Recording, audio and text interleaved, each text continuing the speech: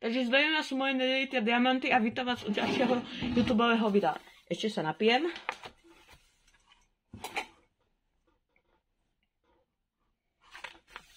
Dobre, už som sa napil a teraz ideme k hlavnej časti, prečo toto video natáčam.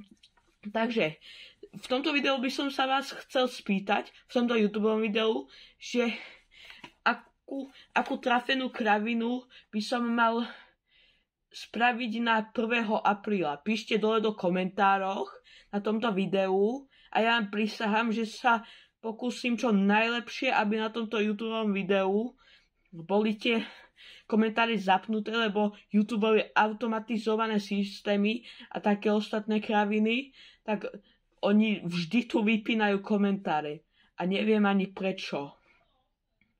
Takže, fajn, to je asi všetko. Píšte dole do komentárov, čo mám spraviť na 1. apríla.